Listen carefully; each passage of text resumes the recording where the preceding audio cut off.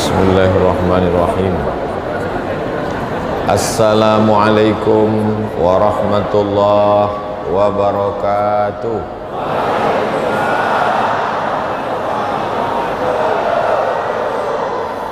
Alhamdulillahi rabbil alamin.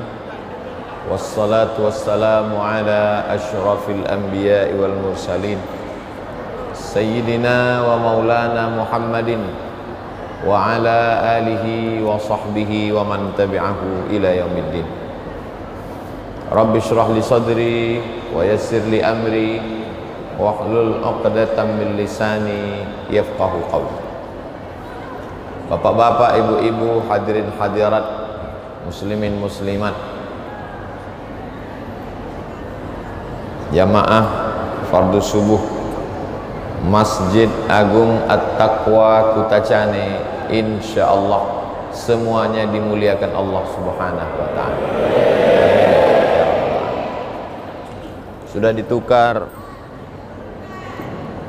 Sudah ditukar mikrofon, suaranya sama aja. Cuma nanti di video, di rekaman nampak orang bahwa persediaan mikrofon masjid ini banyak. Semua yang sudah berkontribusi sehingga silaturahim kita subuh ini terwujud, insya Allah mendapatkan panjang umur dan murah rezeki. Sesuai dengan janji Nabi Muhammad sallallahu alaihi wasallam, man ahabba ayyubsatalahu fi rizqihi, siapa yang mau lapang rezekinya, wa yunsa'alahu fi asarihi, panjang umurnya, maka hendaklah dia menyambung tali silaturahim. Tema kita subuh ini merajut ukhuwah, meraih berkah menuju ridha Allah. M3, merajut ukhuwah.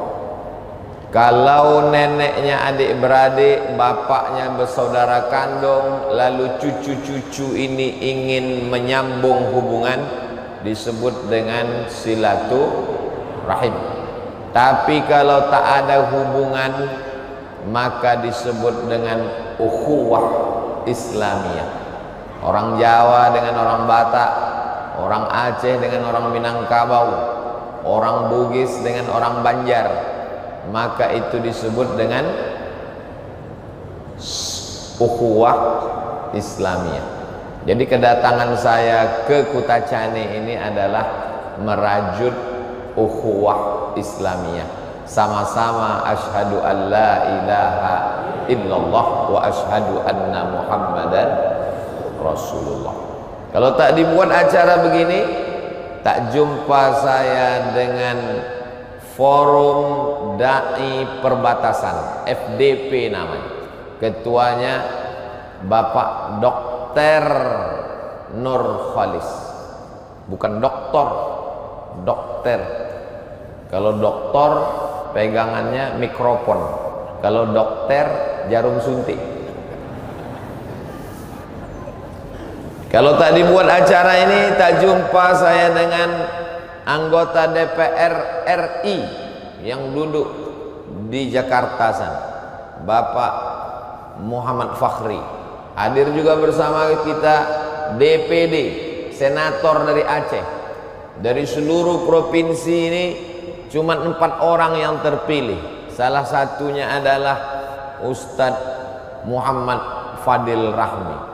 Kalau tak dibuat acara ini, tak duduk kita bersama Ketua Ikatan Alumni Timur Tengah, dari mulai lulusan Yaman sampai tamatan Maroko, itu ketuanya Ustadz Muhammad Fadilah.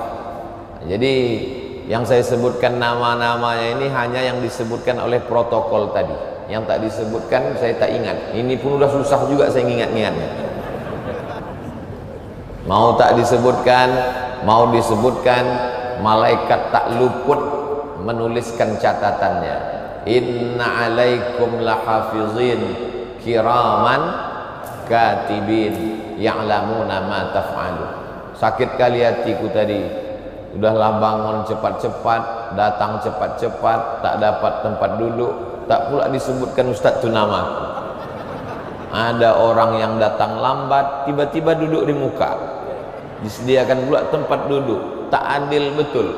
Boleh jadi saudaraku yang di ujung, yang di tepi, yang di sana lebih dulu masuk surga daripada Abdul Somad yang duduk di atas. Diaminkan orang juga. Padahal tujuan awak menyenangkan hati orang yang di belakang-belakang sana. Semua yang hadir ini insya Allah masuk surga. Man qala la ilaha illallah Muhammadur Rasulullah dakhalal jannah. Siapa yang mengucapkan la ilaha illallah Muhammadur Rasulullah, maka dia masuk surga. Datang sahabat bertanya, wa in zana, kalau dia berzina, wa in sarak, kalau dia mencuri. Kata Nabi, wa in zana wa in sarak, walaupun dia berzina, walaupun dia mencuri, dia tetap masuk surga. Cuman agak transit sedikit. Transit di mana Pak Ustaz? Neraka jahanam. Makanya mesti taubat nasuha. Ya ayyuhalladzina amanu, hai orang beriman, tubu ilallah, bertaubatlah taubatan nasuha. Mudah-mudahan yang selama ini buat silap, buat salah, buat dosa, taubat nasuha. Amin. Illa man taba, orang yang bertaubat, wa amana, beriman dengan baik, wa amila amalan salihah, beramal saleh. 3 syarat: taubat, beriman, beramal saleh. Mereka ini yubaddilullahu sayyiatihim hasanat. Semua yang buruk-buruk, yang jelek-jelek dulu diganti Allah dengan yang baik-baik. Mudah-mudahan begitu jugalah amal kita ini insyaallah. Amin ya rabbal alam. Kalau kita sudah menyambung silaturahim, merekatkan ukhuwah Islamiyah, jangan lagi mempermasalahkan yang kecil-kecil, yang remeh-temeh, demi menjaga persatuan. Jangan nanti pulang dari Masjid Agung At-Taqwa Kutacane ini, yang dicakapkan yang kecil-kecil, yang sepele-sepele, yang remeh-temeh, yang merusak ukhuwah. Nampaknya sholat kita di Masjid Agung tadi itu tak sah. Kenapa? Imamnya tinggi kali. Memang ada pendapat ulama fikih, kalau imam itu lebih tinggi sehasta dari makmum, hukumnya makruh. Ini rasanya tak sampai sehasta. Kalaupun sampai, karena kita udah berkawan lama, tak sampai banyak kali lah. Hasta. Dulu, zaman dulu imam itu biasanya letaknya lebih tinggi. Supaya apa? Supaya suara imam itu bisa ke belakang. Dia lebih tinggi dari makmum, karena belum ada mikrofon. Jadi suaranya tinggi. Bismillahirrahmanirrahim. Tapi tak boleh tinggi kali, makruh. Andai lebih tinggi dari sehasta pun tak sampai haram, makruh. Lalu kenapa di Masjid Agung At-Taqwa Kutacane subuh ini dibuat sampai? Sebetulnya ini bukan untuk imam, ini untuk saya. Biar supaya nampak tinggi di atas, biar supaya kamera itu bisa nampak. Tapi kemudian karena kebetulan kalau dibuat imam di belakang, ini banyak kali tempat kosong, akhirnya naik imam ke atas. Jadi tak usahlah dipermasalahkan yang khilafiyah. Aku sebetulnya mau datang aku ke Masjid Agung Kutacane itu. Kenapa kau tak datang? Masjid itu banyak kali bunga-bunganya di samping. Apalah salahnya bunga-bunga? Ngapain ditulis kaligrafi di dinding itu? Jadi dulu Masjid Nabawi di Madinah pun pernah dipermasalahkan orang, mau dihapus kaligrafi di dinding Masjid Nabawi. Apa kata Syekh Muhammad Mutawalli Sya'rawi, ulama besar dari Mesir, Syekhul Mufassirin, imamnya ahli tafsir. 15 tahun pemerintah Saudi Arabia mengundang Syekh Muhammad Mutawalli Sya'rawi menjadi dosen di Universitas King Saud yang sekarang berubah nama menjadi Universitas Ummul Qura di Makkah. Apa kata Syekh Muhammad Mutawalli Sya'rawi? Waktu menengok tulisan kaligrafi yang cantik di Masjid Nabawi itu, apa yang kau lihat? Kalam Allah. Apa yang keluar dari mulutmu? Pujian. Masya Allah, Alhamdulillah, Tabarakallah. Apa yang kau ingat? Allah. Lalu apa jeleknya? Begitu juga dengan kaligrafi di masjid kita ini. Berapa banyak jamaah menengok kaligrafi ini, Masya Allah. Apa yang kau herankan? Entah apa bacaannya Pak Ustaz. Yang sebelah sana itu Qul a'udzu birabbin nas. Yang sebelah sini Tabbat yada abi lahabin wa tabba ma aghna, seterusnya lah. Kalau yang ini ini takut saya membacanya. Kenapa? Qul ya ayyuhal kafirun. Kalau yang ini alam nasrah laka sadrak. Jadi kalimatnya baik-baik, apa pula salahnya? Semua orang menengok kaligrafi ini, Masya Allah. Saya yakin orang-orang dari Sumatera Utara, dari Riau, dari Makassar datang ke Masjid Agung Kutacane ini, kalau menengok ini semuanya menengok macam menengok kucing Anggora. Apalagi ibu-ibu kalau datang ke menengok, apa kata dia? Berapalah harga lampu hiasnya? Jadi baik, apa pula salahnya? Jadi masalah-masalah khilafiyah ini tak usah dibangkit sehingga merusak ukhuwah kita. Kenapa sholat subuh di Masjid Agung At-Taqwa Kutacane itu pakai 3 rakaat tadi dibuat? Bukan 3 rakaat, itu 2 rakaat. Yang sujud pertama itu namanya sujud tilawah, nama ayatnya sajadah, nama sujudnya tilawah. Aku seumur hidup baru sekali Pak Ustadz. Iyalah, baru tadi kau sembahyang subuh. Orang dari pesantren dulu, tapi kan tak semua orang tamat pesantren. Kita jelaskan aja.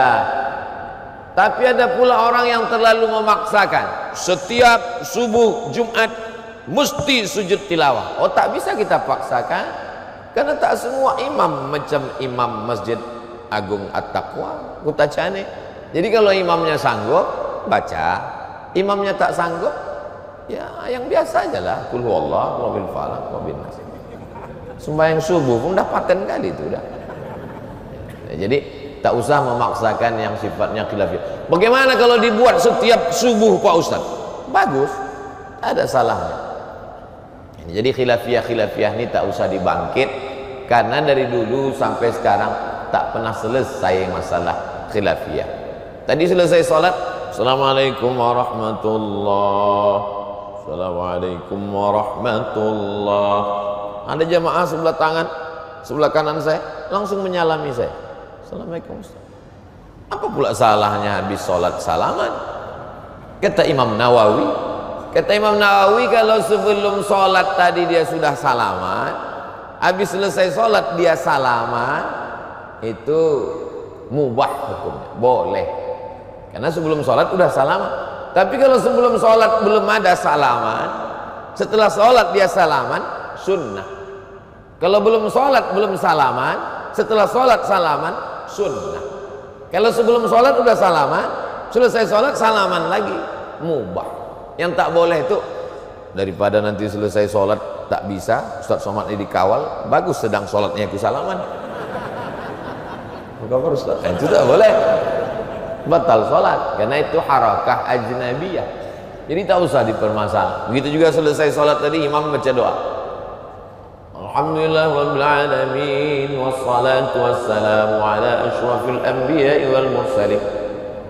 Bagi yang berdoanya sebelum salam, baik waktu tasyahud, at-tahiyatul mubarakatus salawatut thayyibatu lillah, assalamu alayka ayuhan nabiyyu wa rahmatullahi wa barakatuh, assalamu alayna wa ala ibadillahi shalihin, asyhadu an la ilaha illallah, asyhadu anna muhammadar rasulullah, Allahumma salli ala sayyidina Muhammad wa ala ali sayyidina Muhammad kama sallaita ala sayyidina Ibrahim wa ala ali sayyidina Ibrahim. Allahumma barik ala sayyidina Muhammad wa ala ali sayyidina Muhammad kama barakta ala sayyidina Ibrahim wa ala ali sayyidina Ibrahim fil alamin innaka Hamidum Majid. Cukup bagi yang baru masuk Islam. Tapi bagi yang mau lengkap, Allahumma fir lima qaddamtu wa ma akhartu wa ma asrartu wa ma a'lantu wa ma asraftu wa ma anta a'lamu bihi minni antal muqaddimu wa antal muakhiru la ilaha illa anta subhanaka inni kuntu minadh zalimin.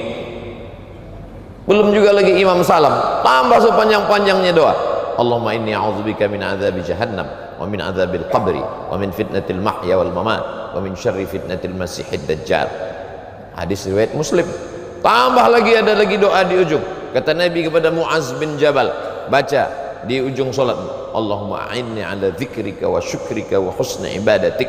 Selama pakai bahasa Arab, tidak pakai bahasa yang bukan Arab, maka di ujung sebelum salam bagus.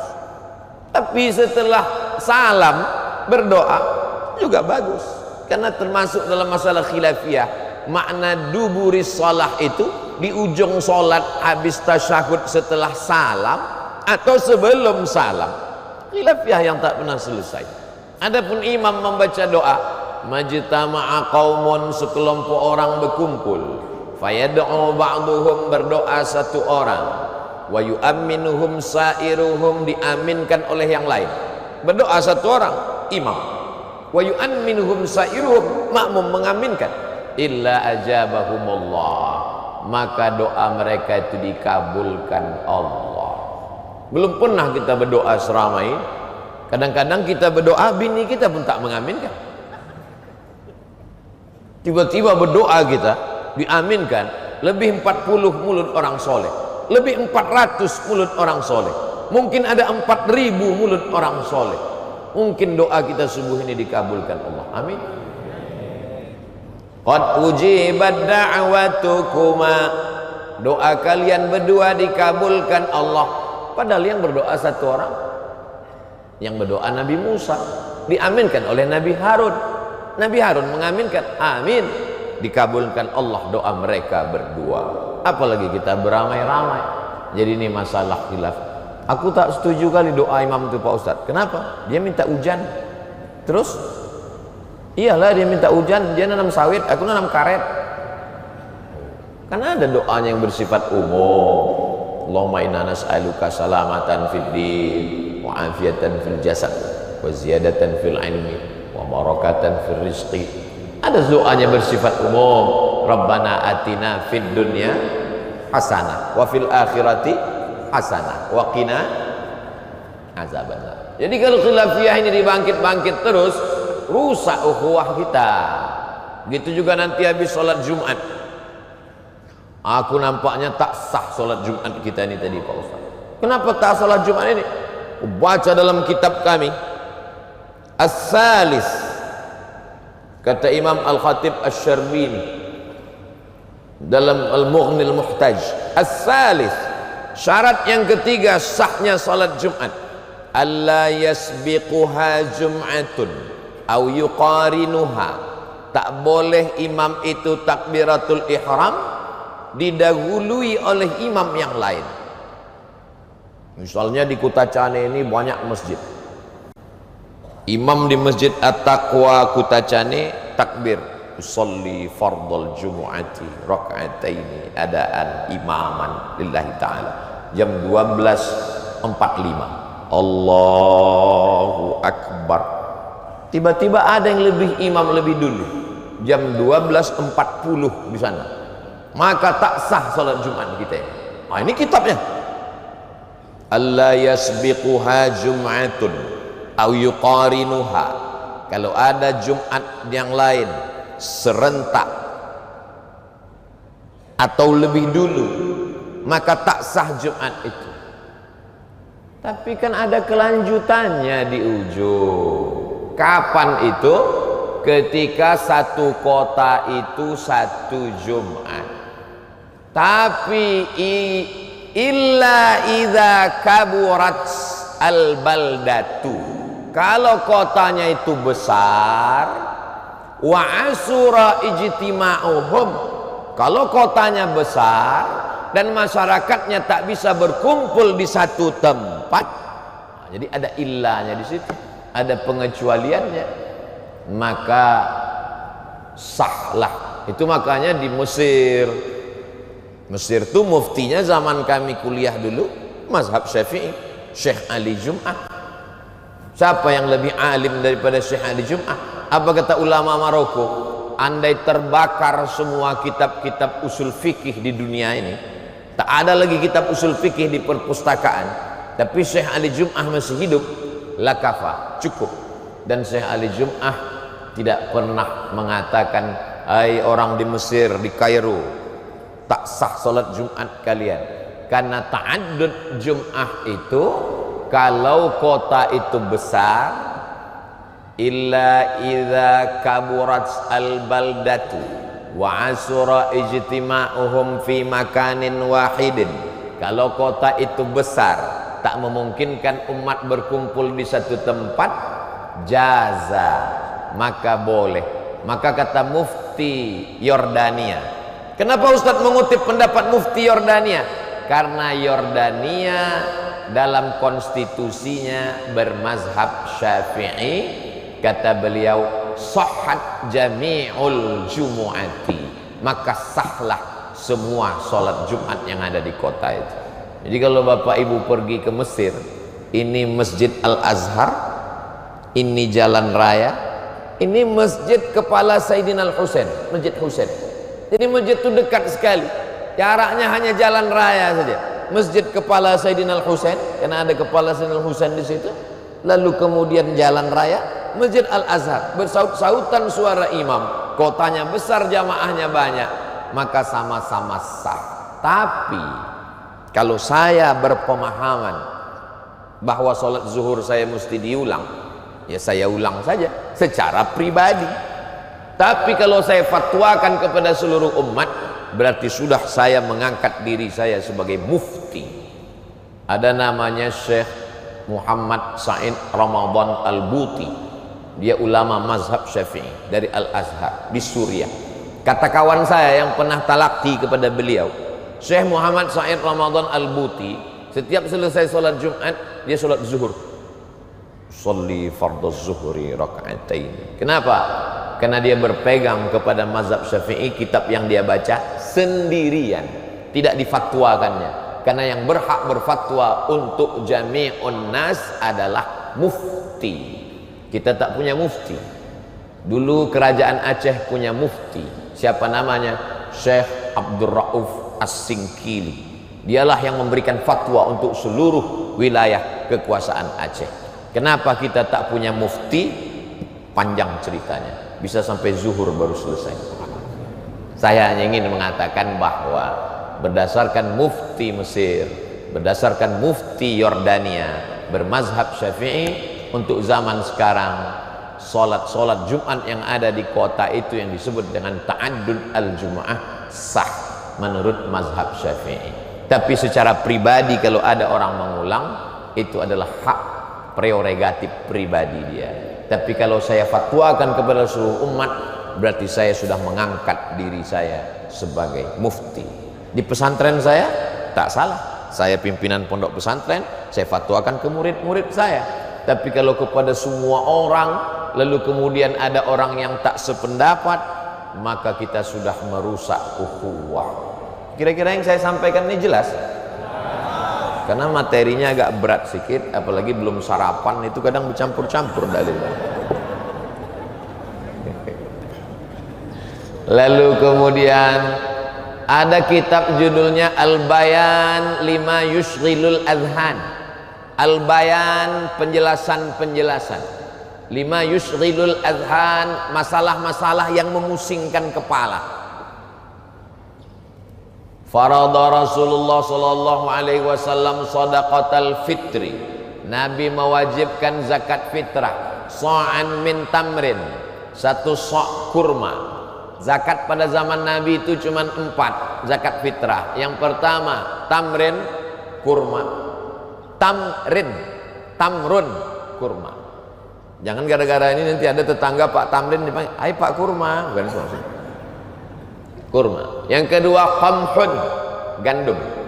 Yang ketiga zabibun, anggur kecil yang dikeringkan, dijemur kering. Orang Arab menyebutnya zabib, orang kita menyebutnya kismis. Yang keempat aqid, susu kambing yang dikeringkan. Mentega, keju, itu makanan pokok mereka. Tak ada yang menyebut membayar zakat fitrah pakai beras. Jadi kalau ada orang membayar zakat fitrah pakai beras, berarti bid'ah, karena Nabi tak pernah bayar pakai beras. Wa kullu bid'atin dhalalah wa kullu dhalalatin finnar. Jangan bayar zakat fitrah pakai duit, karena membayar zakat fitrah pakai duit bid'ah, Nabi tak pernah lakukan. Membayar pakai beras pun juga bid'ah, karena Nabi tak pernah bayar zakat fitrah pakai beras. Sarapan pagi lah pakai ini, pakai gandum. Insya Allah saya coba makan pakai gandum tuh waktu di Mesir sama Maroko. Perut kenyang tapi otak tak bisa bekerja. Saya tinggal di asrama waktu di Maroko. Jadi pas pulang dari pasar, saya bawalah beras sekilo. Datanglah kawan saya 2 orang. Yang satu namanya Abu Ahmad dari Chittagong, Bangladesh. Yang satu lagi namanya Ammar dari Karachi, Pakistan. Cuman bertiga aja kami yang orang Asia yang makan nasi. Datang si Ammar sama si Abu Ahmad. Abu Samad, enta mazil tata al-kuruz, kok masih makan nasi lagi, kata dia. Iya, saya bilang, kami di Maroko nih nggak ada lagi makan nasi, kami makan gandum, kata dia. Aku tak bisa, saya bilang, aku mesti makan nasi. Kalau nggak makan nasi ini lemas badanku. Habis itu udah seminggu berapa hari, saya sedang berdiri di jendela, saya tengok orang tubuh 2 memikul beras. Turun saya ke bawah. Kemarin kalian ejek aku beli beras, sekarang kalian mikul beras. Kata dia, kita orang Asia kalau tak makan beras nih tak kerja otak kita. Makanya bunyinya kata ulama fikih bukan masalah beras atau gandum, tapi qut al-balad, makanan pokok. Karena tujuan dari zakat fitrah, bagaimana ketika pagi Idul Fitri itu jangan ada orang lapar. Pagi Idul Fitri itu semuanya hari raya. Hari raya itu bukan baju baru, hari raya itu bukan mobil baru, hari raya itu bukan bini baru. Hari raya itu adalah perut kenyang. Untuk apa mobil baru? Perut lapar. Hari raya itu perut kenyang. Kalau kita kasih dia duit, macam mana dia beli beras? Toko tutup, rumah makan tutup. Tapi kata Imam Abu Hanifah, dia pakai hadis juga. Jangan kita anggap kita aja yang pakai hadis, orang lain tak tahu hadis. Kami ahli hadis. Ulama kau ahli hadas. Mazhab Hanafi pakai hadis juga. Ughnuhum lihadzal yaum, cukupkan kebutuhan mereka hari ini. Mencukupkan kebutuhan tak selamanya pakai beras, pakai duit pun juga bisa. Makanya Syekh Ali Jum'ah memang dia mazhabnya Syafi'i, tapi dalam masalah membayar zakat fitrah, dalam kitab Al-Bayan lima yushghilul azhan, kata Syekh Ali Jum'ah, menurut saya lebih cocok untuk zaman ini pakai duit. Nah, itu kata Syekh Ali Jum'ah. Bukunya bisa di-download di internet. Tulis Al-Bayan lima yushghilul azhan, enter. Tak percaya? Mari kita cari sama-sama ya. Al-Bayan lima yushghilul adhan. Saya mau memastikan masih ada tak bukunya. Habis pula paketnya. Al-Bayan lima yushghilul adhan. Ustaz, handphone kami nggak bisa tulis Arab, berarti belum mu'allaf. Nah itu tahmil kitab Al-Bayan lima yushghilul adhan, PDF gratis, download. Syekh Ali Jum'ah. Kenapa kata beliau untuk zaman ini lebih cocok pakai duit? Karena zaman sekarang kita kasih beras sampai berkarung-karung, akhirnya beras itu dijual fakir miskin ke toko lebih murah karena dia perlu duit. Saya waktu diundang ke Brunei Darussalam, tausiah, diberitahu, di briefing, Ustadz Abdul Somad ceramah di sini. Kalau mau menceramah pakai akidahnya Asy'ari, fikihnya Syafi'i, tasawufnya Sunni, Imam Abu Hamid Al-Ghazali, Imam Junaid Al-Baghdadi.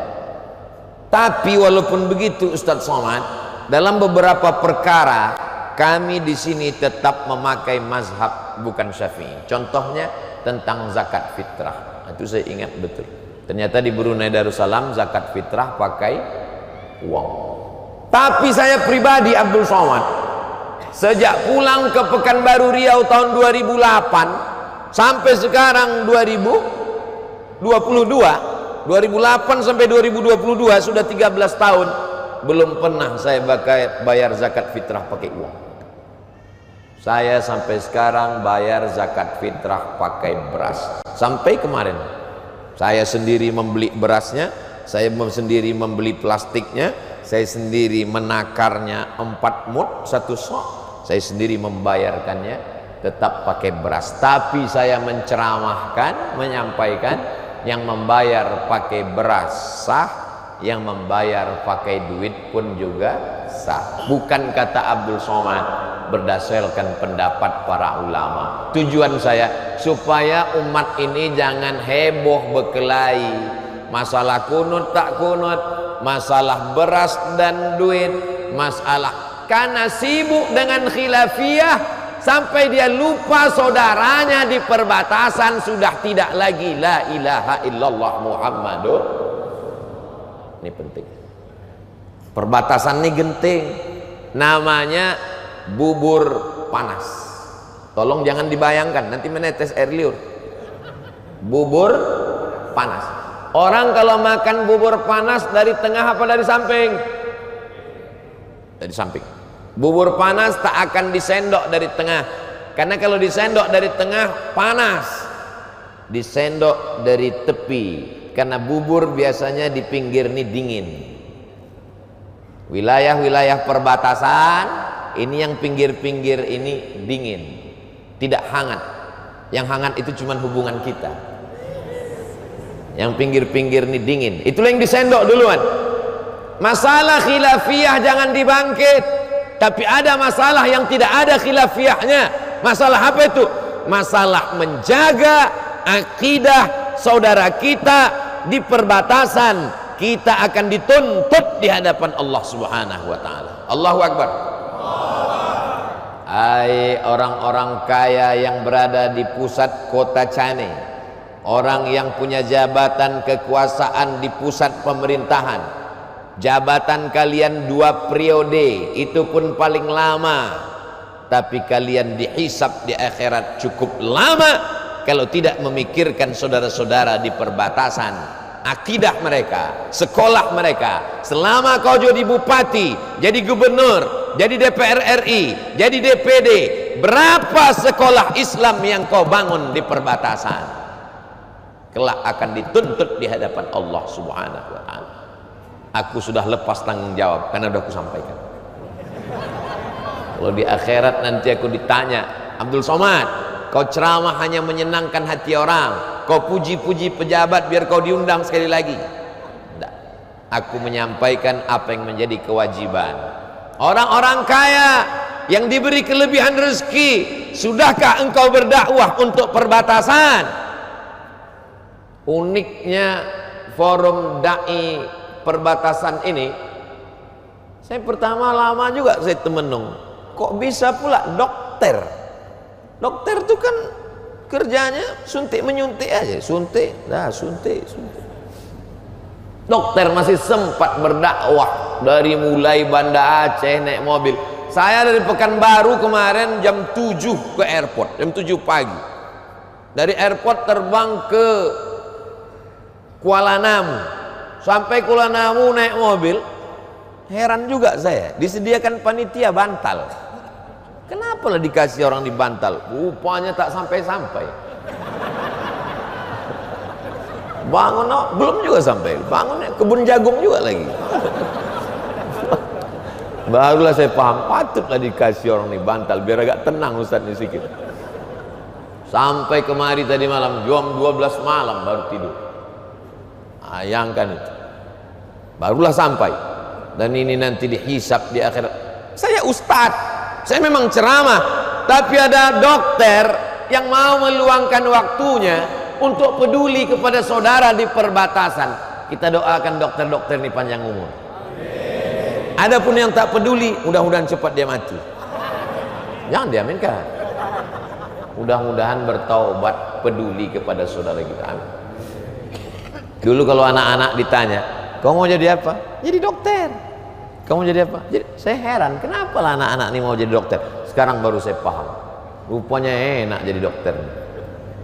Martelnya tak terlalu besar, kecil aja. Kalau jadi tukang, oh besar kali martel. Terkilir tangan awak megang. Tapi kalau jadi dokter, martelnya kecil. Dipukulnya lutut sebelah, 5 juta. Tang tang tang tang tang, 5 juta. Lutut kiri 5 juta, ongkos pasang 5 juta, 15. Pasien hari itu 10 orang, 150. Saya takut juga membocorkan ini, takut saya semua mau jadi dokter nanti. Senter, penjaga malam senternya 6 batu baterai, mencari pencuri jam 6 sore sampai jam 6 subuh. Dokter kecil aja senternya, aku tengok sebesar ini, baterainya pun 1 baterai kecil. THT, telinga hidung tenggorokan, buka mulut pak, takutlah pasien itu menutup, karena buka tutup lain duitnya.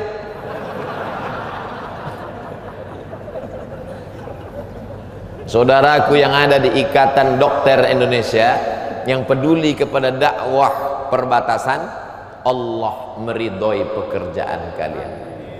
Anak-anak kita ada satu jadi ustadz, bagus. Ada satu jadi jenderal, tentara, polisi, mantap. Tapi mesti ada satu yang jadi dokter, karena berdakwah ke pedalaman tak bisa tablik akbar. Ustadz kok tahu? Pengalaman pribadi. Masuk saya ke dalam hutan belantara di Riau, di Jambi, satu pun tak ada orang kenal. Beda sama di Kutacane, pengawalan keliling. Tadi malam jam 11 malam sampai, masih ramai lagi di belakang orang menunggu. Makin diusir makin ramai. Api di dalam hutan, tak ada orang kenal sama kita. Tapi begitu dia katakan, besok bapak-bapak akan ada pengobatan dan pemeriksaan kesehatan gratis bersama dokter-dokter. Ramai orang itu datang. Diadakan di depan masjid. Ada yang maaf cakap bibir sumbing, ada yang tangannya digigit ular tak sembuh-sembuh, ada yang kakinya terjepit, ada yang istrinya hamil, rupanya kandungan ada kelainan. Dokter, ternyata di pedalaman, di perbatasan, dakwah dengan profesi kedokteran lebih menyentuh. Maka jadilah anak-anak kita yang pandai-pandai, yang cerdas-cerdas, yang hebat-hebat otaknya ini, ada di antara anak jamaah nih 1, 2, 3, 10, 50 yang jadi dokter, insyaallah. Amin. Apalagi dokter kandungan. Oh, perempuan yang tak sholat, rambutnya warna merah kuning kelabu, tak pernah ke masjid, sedang hamil tua, anak ibu dokter kandungan, SPOG, spesialis obgyn. Itulah nasihat yang paling masuk. Ibu banyak-banyak zikir ya, berdoa. Iya gitu. Nanti kalau anaknya udah lahir mau pakai jilbab ya, nah 3 lapis ku pasang asal lahir lah gitu. Nah itu luar biasa. Masuk kaji itu. Kenapa? Karena banyak di rumah sakit itu orang-orang yang sudah memang mau sakratul maut. Pejabat-pejabat, orang-orang kaya yang terbaring di ruang ICU. Disitulah saatnya memasukkan dakwah. Siapa yang bisa masuk ke ruang ICU kalau bukan dokter? Bapak, tanahnya banyak kan Pak? Banyak. Itu tinggal semua Pak. Diambil sama istri Bapak. Nikah dia sama berondong manis. Kata Bapak itu. Jadi cuma tanahku ini? Serahkan aja sama forum da'i dakwah perbatasan. Ambillah semua, ambil. Nah, itu. Jadi ini amat sangat penting. Jadi Pak Dokter semangat terus, cari ruang ICU, tengok siapa yang mau mati, sampaikan. Tidak bisa selesai dengan khutbah. Masalah dai perbatasan, dakwah di perbatasan tak selesai dengan khutbah. Berapi-api Ustaz Somad menyampaikan, mari kita berdakwah kepada saudara kita di perbatasan. Selesai sholat Jumat ditanyakan ke jamaah, apa yang kau dengar dari ceramah Ustaz Somad itu tadi? Entah, katanya bertakwalah kepada Allah. Masa itu yang disampaikannya khutbah tadi? Itu aja yang ku dengar tadi. Mesti bersinergi antara kita, yang kaya dengan hartanya, yang punya jabatan dengan jabatannya, yang punya profesi organisasi dengan organisasinya. Ustadz Somad dengan penjelasannya mencerahkan umat dan masyarakat. Kalau ini kita lakukan, inilah makna merajut ukhuwah. Golnya tiang gawangnya, selamat saudara kita di perbatasan, anaknya sekolah agama, mengaji, ada masjid, ada guru yang dikirim, maka kita di akhirat selamat daripada fitnah azab karena tidak memperdulikan saudara kita, insyaallah. Amin. Saya tak bisa datang sering-sering ke Kutacani. Seumur-umur 3 kali, inilah cuma sekali dulu, habis itu yang kedua naik helikopter, keren kali. Wow, masih terbayang saya turun helikopter. Wah, gagah kali ya. Lain sama tadi malam naik mobil terkantuk-kantuk lah. Ya itu. Jadi baru sekarang. Jadi saya tak bisa, tapi ternyata ada dai-dai kita yang mengkhususkan dirinya. Siapkah Bapak Ibu mensupport dakwah perbatasan? Dari bunyinya macam tak siap ku dengar. Tapi saya maklum, begitulah saudara yang dengan segala keterbatasan bisa datang. Ini baik sekali. Yang pertama adalah merajut ukhuwah, setelah itu meraih berkah. Berkah itu apa Pak Ustadz?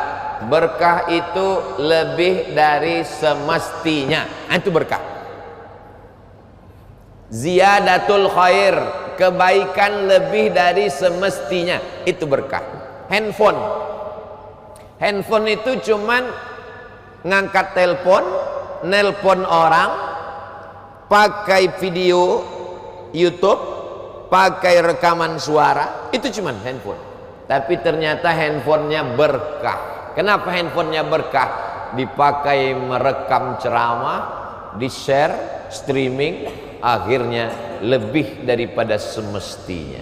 Handphone yang mungkin buat dosa, tapi handphone di Kutacani ini yang punya handphone ini masuk surga sama handphonenya sekalian. Mengalir pahala.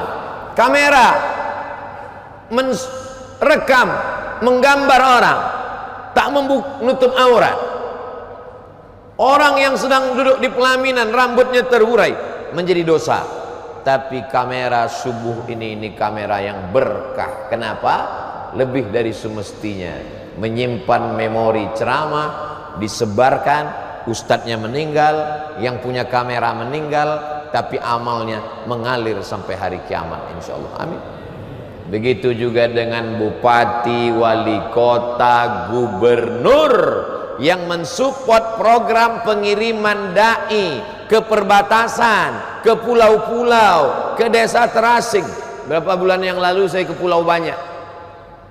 Sampai di Pulau Banyak ketemu dengan dai-dai.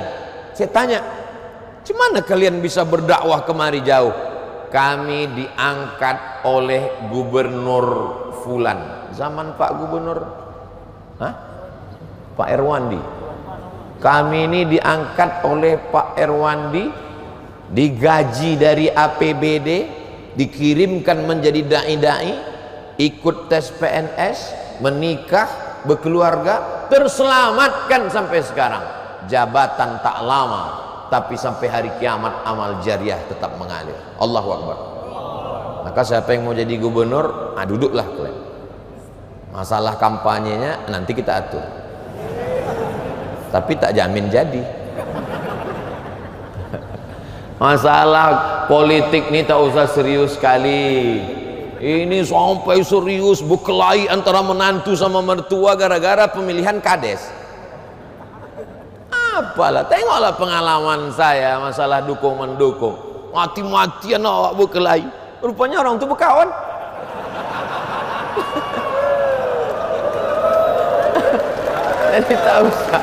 Jadi tak usah serius sekali. Nah, ini makin dipotong video ini rame lagi ini. Oh, kelahi lah gara-gara pemilihan kades, sampai sholat Jumat tak datang.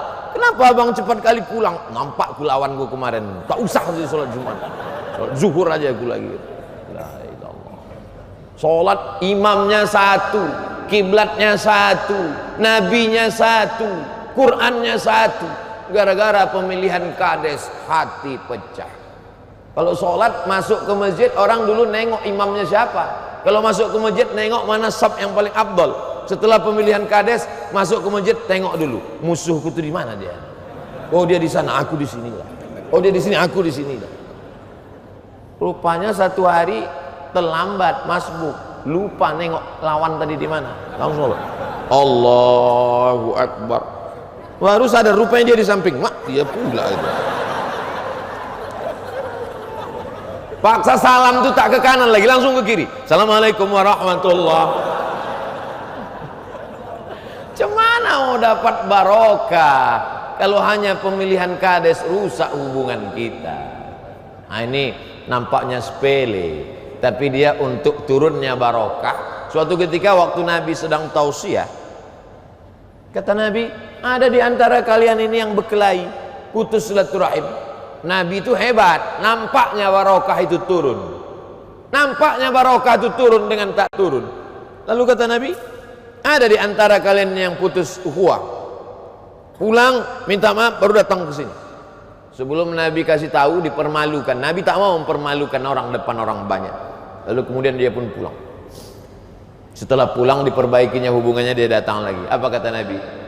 Nazalatil barakah. Barulah sekarang nampakku barakah itu turun ke bawah. Saya alhamdulillah tak nampak saya barakah. Andailah nampak saya barakah itu tergantung di sini. Nah, ada di antara kalian yang belum berdamai lagi, masih berkelahi gara-gara kades kemarin. Setelah berdamai barulah turun barakah. Tapi ada beberapa wali-wali itu dinampakkan Allah macam itu ada.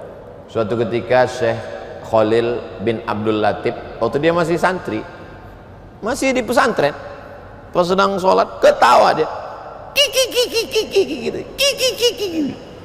Selesai sholat marahlah tengku gurunya, kau kenapa ketawa sedang sholat? Makin ketawa dia, kiki kiki gitu. Udah lama ditanya gurunya, kenapa kau ketawa? Waktu sedang sholat tadi nampakku ada nasi panggang ayam di kepala Syekh. Baru tahu dia rupanya muridnya ini wali Allah. Memang betul, aku dapat undangan ke Duri, jadi kurang khusyuk sholat. Jadi nampak muridnya itu panggang ayam dia tuh. Untung murid awak tak macam itu. Kalau sempat murid awak macam itu, apa tak malu Ustaz Somad kan? Maksud tiba-tiba ada satu jamaah ketawa. Kiki. Kenapa kau ketawa? Kau ngejek aku. Kiki. Kau kenapa? Kenapa? Nampak aku bendera Singapura di atas.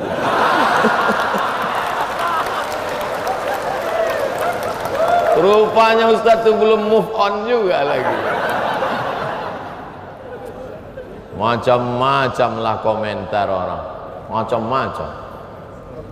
Kita sebagai saya tak pernah saya pedulikan itu antara orang ngejek caci maki. Cuman jamaah ini mengirim ke nomor saya, macam-macam dikirim. Kok bisa kawan Ustadz sendiri ngejek Ustadz? Ada dikirim kayak itu. Ini kan kawan Ustadz nih, kok ngejek Ustadz?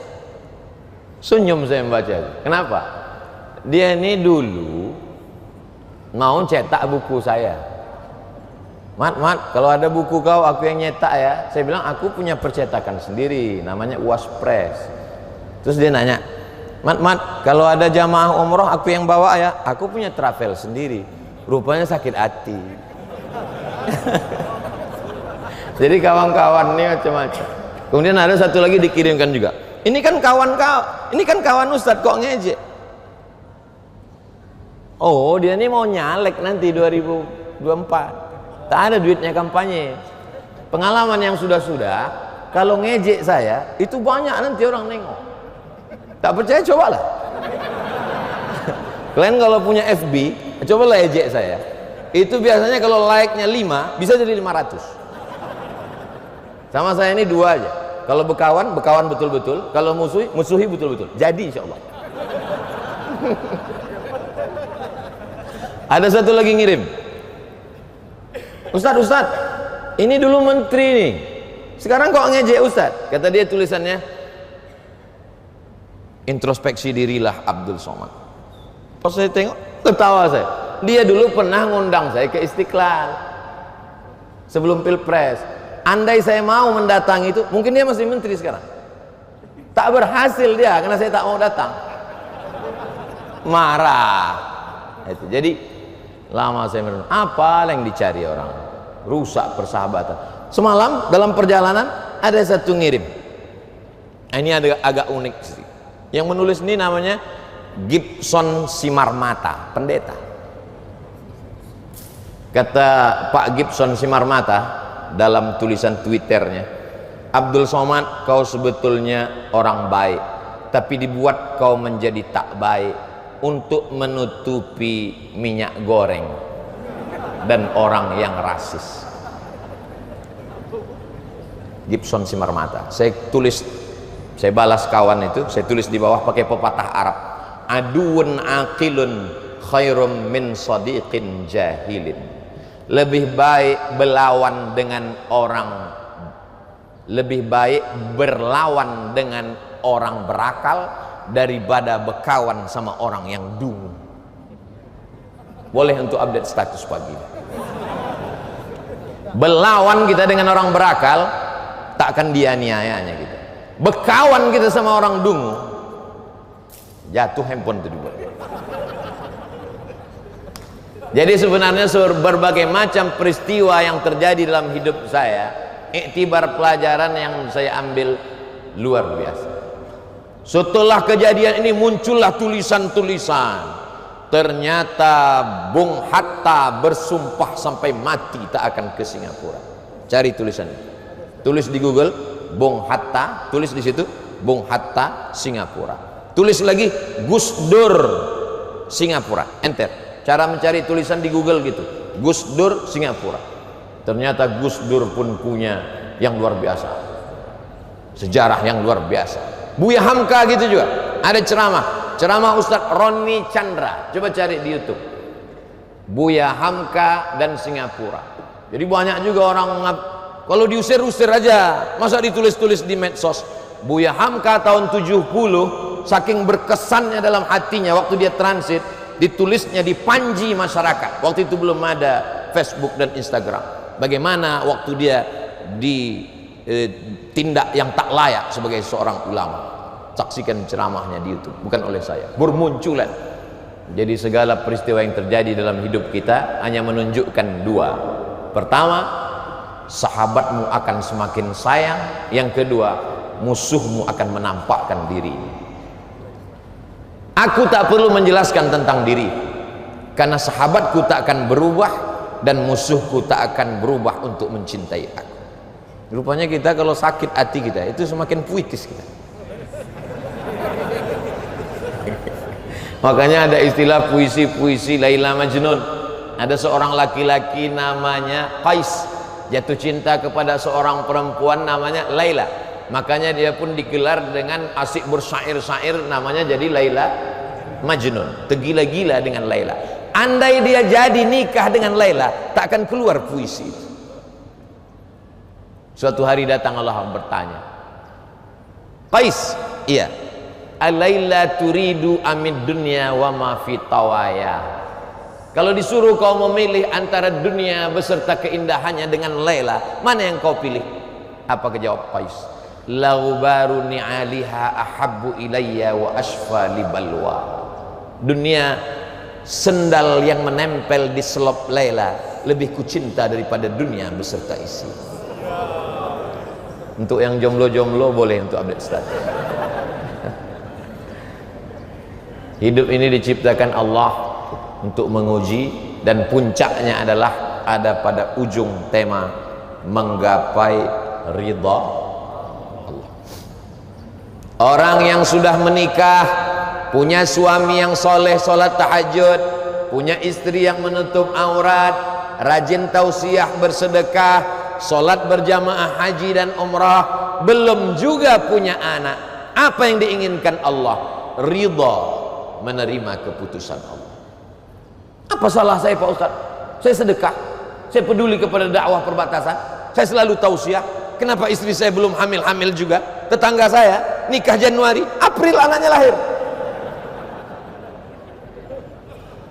Ada satu yang diinginkan Allah dari engkau saudaraku. Dimintanya kakimu ke masjid, kau datang.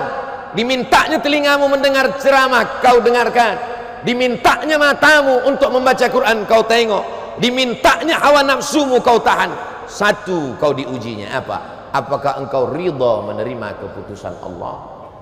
Allah buat kau lama punya anak, Allah ingin supaya sujudmu lebih lama, supaya munajatmu lebih panjang, supaya air matamu lebih banyak menetes. Karena ada satu amalan yang tidak didapat oleh orang yang mati jihad fisabilillah, tak didapat oleh orang yang haji mabrur, itu hanya didapat oleh orang yang ridha menerima takdir Allah subhanahu wa ta'ala. Makanya orang-orang yang masuk surga itu nanti ditanya Allah, ya ahlal jannah, hai penghuni surga, madza turidun? Surga kalian sudah dapat, kalian mau apa lagi? Apa kata penghuni surga? Ada satu yang kami belum dapat ya Allah, ridhamu. Yang kami belum dapat adalah ridhamu. Apa kata Allah? Yang dapat ridhaku cuma satu, orang yang ridha menerima keputusanku. Itulah mengapa doa kita, Allahumma inna nas'aluka ridhaka wal jannah. Amin. Ada kadang ketika saya berdoa, Allahumma inna nas'aluka ridhaka, ada satu ibu-ibu tak diaminkan ya, diam aja. Pas ditanya, kok enggak ibu aminkan? Saya sudah dapat ridho Pak Ustaz. Siapa? Rupanya namanya lakinya Pak Ridho. Bukan ridho itu ya juga ridho Allah subhanahu wa ta'ala. Di antara orang yang dapat ridho Allah itulah Nabi Muhammad sallallahu alaihi. Patah gigi, berdarah pelipis, basah tapak kakinya, dilempar orang pakai batu. Datang malakul jiwal, kalau kami cabut gunung itu, Akhshabain, Jabal Abi Qubais, Jabal Qu'aiqian, dua bukit yang besar di kota Makkah, ku cabut, ku timpakan ke Taif, rata mereka dengan tanah. Tapi saat itu dia berbicara sampai pada maqam ridha. Apa kata dia? Asallah an yaj'al, asallah an yukhrij min aslabihim man ya'budullah wa la yusyrika bihi syai'a. Aku ridha menerima takdirmu ya Allah, keluarkan dari tulang sulbi mereka anak cucu yang akan mentauhidkan engkau. Keluarkan dari tulang sulbi orang-orang Singapura itu anak cucu yang mentauhidkan engkau. Asyhadu an la ilaha illallah wa asyhadu anna Muhammadan Rasulullah. Ridha. Tapi kan yang enak itu mencakapkannya, waktu mengalaminya tak bisa dirasakan. Kalau sudah dirasakan tak bisa pula diceritakan. Kenapa? Karena kata tak bisa mewakili rasa.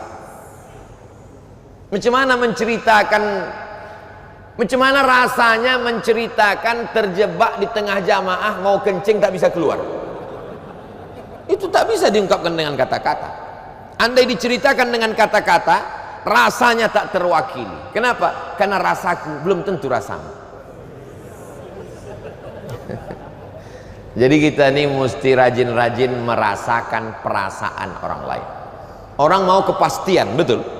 Orang mau kepastian. Kepastiannya apa? Ceramah ini sampai jam berapa?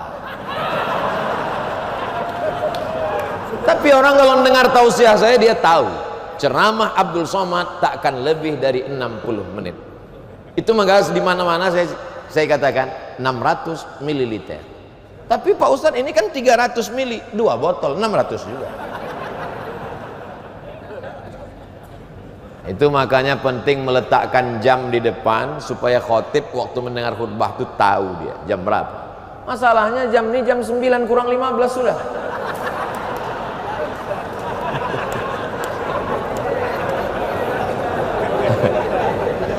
Masjid At-Taqwa, Masjid Agung At-Taqwa Kutacane perlu ditiru oleh seluruh masjid di Indonesia.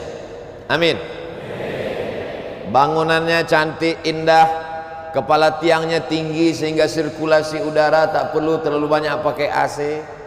Tulisan-tulisan kaligrafinya, lampunya mantap sehingga orang masuk ke masjid bangkit izahnya, bangga dia.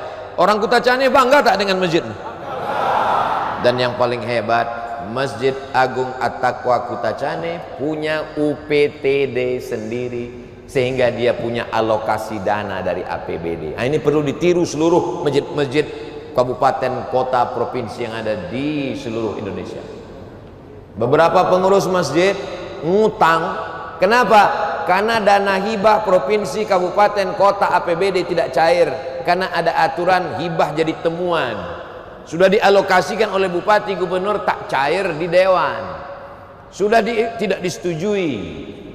Ada lagi aturan kalau sudah dapat hibah tahun ini, tahun depan tak boleh dapat. Akhirnya masjid macam kerakap tumbuh di batu, hidup segan mati tak mau.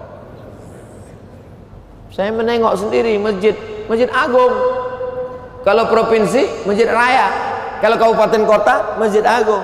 Berserak-serak lah ember di bawah. Saya sangka ember untuk nampung duit sedekah, rupanya nampung air hujan bocor. Triplek betanggalan. Murka Allah SWT turut.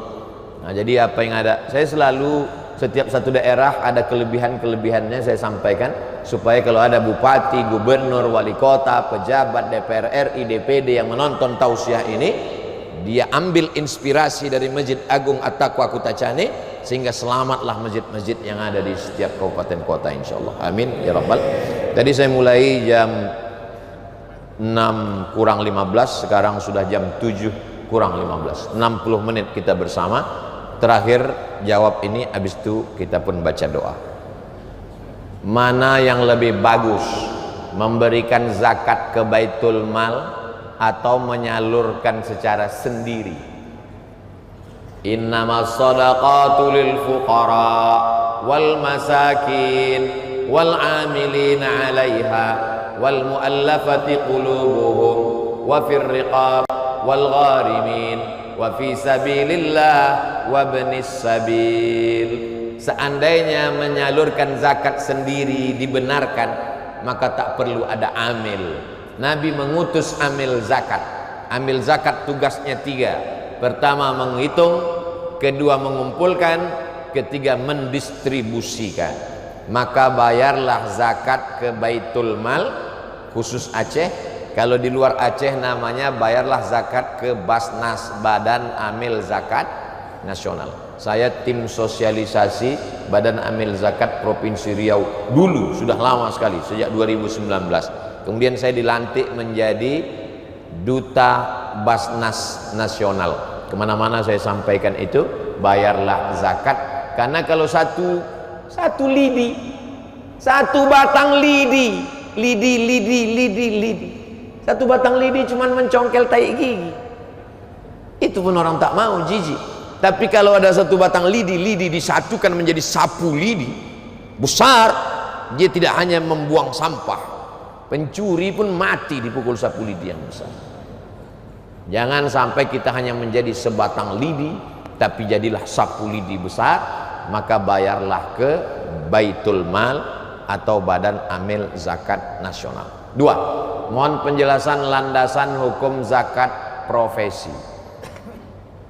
Ketika pada masa pemerintahan Umar bin Abdul Aziz, Abu Bakar, Umar, Utsman, Ali, Sayyidina Al-Hasan, Muawiyah, terus Bani Umayyah, salah satu khalifahnya namanya Umar bin Abdul Aziz, dia mengambil zakat dari pegawai-pegawai kerajaan. Jadi semua pegawai-pegawai kerajaan itu diambil zakatnya. Sebelum Umar bin Abdul Aziz ada Muawiyah, Abu Bakar, Umar, Utsman, Ali, Sayyidina Al-Hasan, Muawiyah mengambil zakat dari para pegawai kerajaan. Dalil lengkapnya disertasi zakat Syekh Yusuf Al-Qardawi, sudah dicetak bahasa Indonesia, fikih zakat. Maka pegawai-pegawai yang sudah dapat gaji baik PNS maupun swasta, bayarkanlah zakat setiap bulan. Tapi ada haulnya Pak Ustadz. Ta'jiluz zakah qabla awaniha, boleh menyalurkan zakat sebelum masanya. Jadi orang yang sudah membayarkan zakatnya duluan, nanti setelah setahun haul dia tak bayarkan lagi. Uang yang tersimpan di bank yang sudah mencapai nisab, nisabnya sekarang 85 gram. 85 gram kalau diuangkan lebih kurang 85 juta. 1 gram emas itu 1 juta sekian, tapi karena kita udah lama berkawan, 1 juta aja lah. Jadi 85 juta, siapa yang punya uang 85 juta, dalam setiap satu haul 1 tahun dia mesti keluarkan 2,5%. Jadi kalau ada di antara bapak ibu tabungannya 100 juta, berarti zakatnya 2,5 juta. Mudah-mudahan bapak ibu tabungannya 1 miliar. Mudah-mudahan bapak ibu tabungannya 1 miliar. Zakatnya 25 juta. Ah, tak jadilah Pak Ustaz. Ada orang yang macam itu. Berapa zakatnya Pak Ustaz? 25 juta. Ah, tak dapat 1 miliar pun tak apa-apa. Dibukakan Allah pintu rezeki, melimpah ruah barokah, terbantulah zakat. Nanti Baitul Mal akan menyalurkan sekian persen untuk dai perbatasan, bukan untuk gaji mereka, tapi untuk membangun sekolah supaya anak-anak yang ada di perbatasan selamat akidahnya.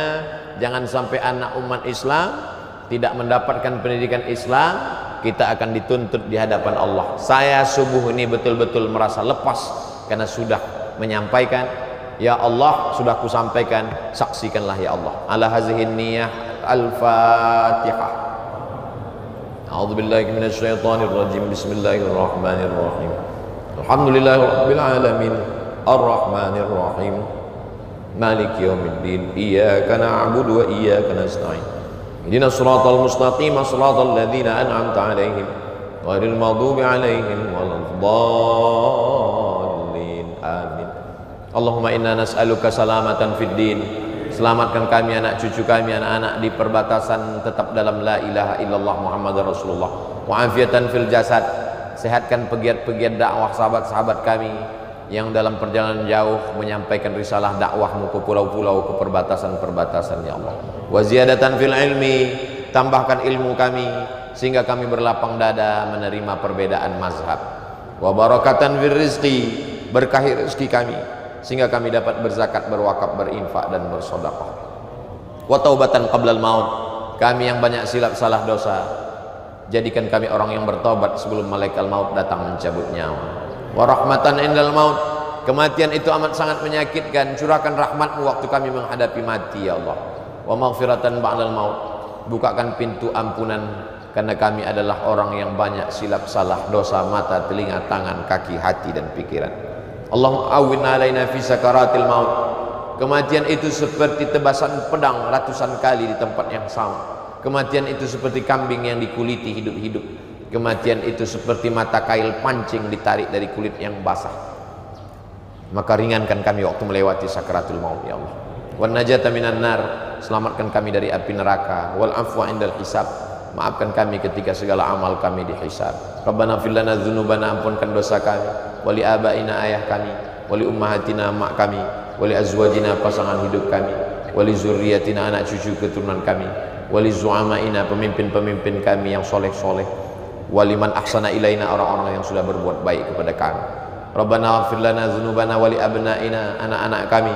Wahfazhum min kulli su' wa syarr, jaga mereka dari narkoba, jaga mereka dari zina, jaga mereka dari LGBT, jaga mereka dari aliran sesat, jaga mereka dari pemikiran-pemikiran sekuler, liberal, komunis, ateis, agnostik. Rabbana atina fid dunya hasanah wa fil akhirati hasanah wa qina adzabannar. Wa sallallahu ala sayyidina Muhammad wa ala alihi wa sahbihi wa sallam, walhamdulillahi rabbil alamin. Taqabbalallahu minkum minna wa minkum taqabbal ya karim. Terima kasih segala perhatian, mohon maaf segala kesilapan, pulang dengan tenang. Wassalamualaikum warahmatullahi wabarakatuh. Langsung